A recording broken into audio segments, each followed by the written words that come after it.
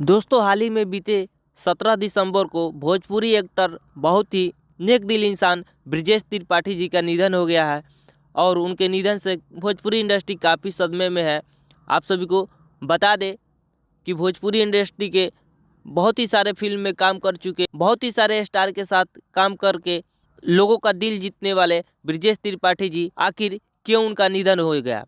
तो दोस्तों आप सभी को बता दें कि ब्रिजेश त्रिपाठी जी को डेंगू हो गया था। डेंगू होने के कारण मुंबई के हॉस्पिटल में उनका इलाज चल रहा था।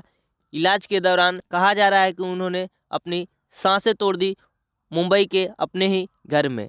दोस्तों आप सभी को बता दें कि डेंगू का इलाज होते समय ब्रिजेश त्रिपाठी ने अपना दम तोड़ दिया। हार्ट अटैक की वजह से उन्हें हार्ट अटैक आ गया और उन्होंने अपने घर मुंबई में ही दम तोड़ दिया। उनके दुनिया छोड़ के जाने के वजह से पूरे भोजपुरी इंडस्ट्री में खामोशी छाई हुई है। दोस्तों ब्रिजेश त्रिपाठी के लिए कमेंट बॉक्स में ओम शांति ओम जरूर लिखिएगा और इस वीडियो को ज़्यादा से ज़्यादा शेयर कीजिएगा।